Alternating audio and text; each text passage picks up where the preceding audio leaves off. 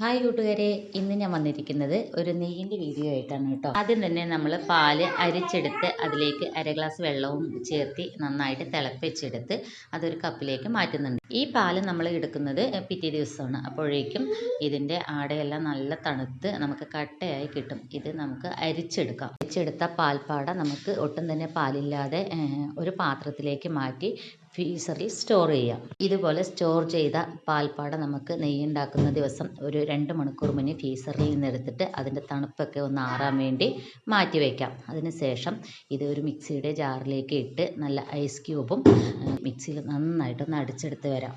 ഈ മിക്സ് നമുക്ക് 2 പ്രാവശ്യം നല്ല തണുത്ത വെള്ളത്തിൽ കഴുകി എടുക്കേണ്ടതുണ്ട് കേട്ടോ. ആ പോർഷൻ എൻ്റെ കയ്യിൽ നിന്ന് വിട്ടുപോയതാണ്. ഈ മിക്സ് നമുക്ക് ഒരു പാനിലേക്ക് ഇട്ട് ലോ ഫ്ലെയിമിൽ നന്നായിട്ട് തിളപ്പിച്ചെടുക്കുക.